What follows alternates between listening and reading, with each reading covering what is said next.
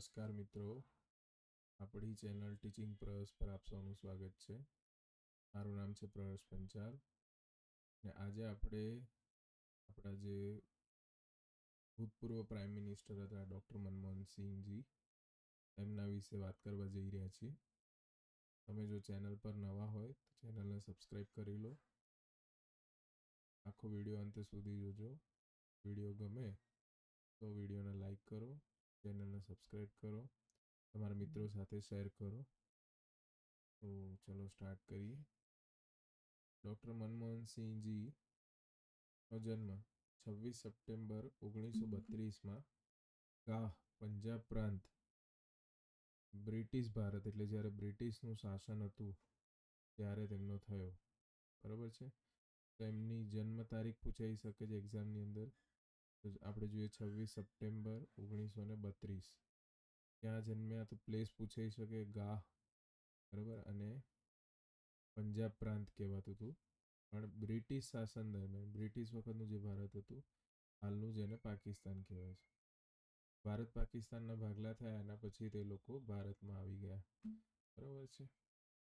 આગળ જોઈએ તો એમનું અવસાન થયું ગઈકાલે રાત્રે 26 ડિસેમ્બર 2024 નવી દિલ્હી ભારત ખાતે તે ઓફ થઈ ગયા, અવસાન પામ્યા.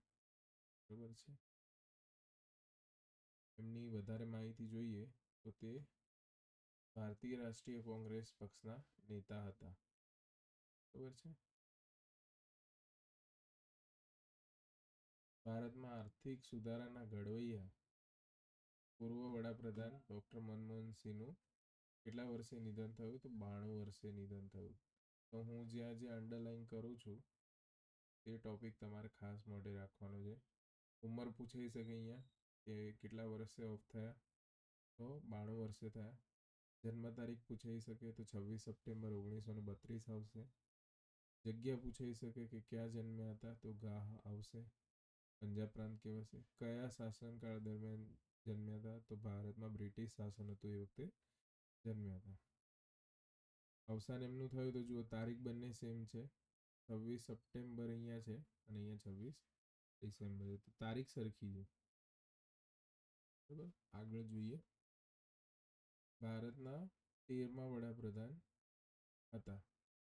એમનો શાસનકાળ કેટલો હતો 2004 થી 2014 સુધી, એટલે 10 વર્ષ સુધી એમણે પ્રાઇમ મિનિસ્ટર તરીકે કાર્યભાર સંભાળ્યો હતો.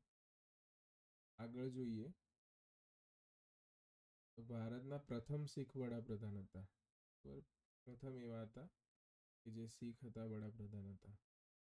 કે આગળ જોઈએ તો 22મા નાણામંત્રી પણ બન્યા હતા. બરોબર. 15મા RBI ગવર્નર થયા હતા. એટલે એમણે આ બધી અલગ અલગ જગ્યાએ પોસ્ટ પર કામ કરેલું છે. તો 22મા નાણામંત્રી પૂછાય તો કોણ આવે? ડૉક્ટર મનમોહન સિંહ આવશે. 15મા RBI ગવર્નર પૂછાય, RBI reserve bank of India, એના ગવર્નર તરીકે પૂછાય તો બી કોણ આવશે? ડૉક્ટર મનમોહન સિંહ. તો જો અહીંયા કન્ફ્યુઝન ના થવું જોઈએ. 13મા વડાપ્રધાન થશે અને 15મા શું થશે? RBI ગવર્નર થશે. આગળ જોઈએ તો એમને પદ્મ વિભૂષણ એવોર્ડ એનાયત કરવામાં આવ્યો હતો 1987માં. બરાબર છે. આ બી યાદ રાખવાનું કે એમને એવોર્ડ કયો મળ્યો હતો તો 1987માં પદ્મ વિભૂષણ મળ્યો હતો. આગળ જોઈએ 1991માં નાણાપ્રધાન તરીકે તેમણે આર્થિક ઉદારીકરણની નીતિઓની લાગુ કરી, જેણે ભારતીય અર્થતંત્રમાં નોંધપાત્ર ફેરફાર કર્યા હતા. બરાબર. તેમણે જ્યારે નાણાં પ્રધાન તરીકે 1991માં કાર્યભાર સંભાળ્યો અને એના પછી જે નીતિઓ લાગુ કરી એનાથી અર્થતંત્રમાં નોંધપાત્ર ફેરફાર થયો હતો. બરાબર છે. એક આ ઇવેન્ટ યાદ રાખવાની કે 1991માં એમણે નાણાપ્રધાન તરીકે કાર્યભાર સંભાળ્યો હતો. આગળ જોઈએ 1998 થી 2004 દરમિયાન રાજ્યસભામાં વિરોધ પક્ષના નેતા તરીકે હતા. પછી 1991માં પ્રથમ વખત રાજ્યસભાના શું બન્યા? સભ્ય બન્યા. 1991માં રાજ્યસભાના સભ્ય પ્રથમ વખત બન્યા અને 1998 થી 2004 એમણે શું કર્યું, રાજ્યસભામાં વિરોધ પક્ષના નેતા થયા.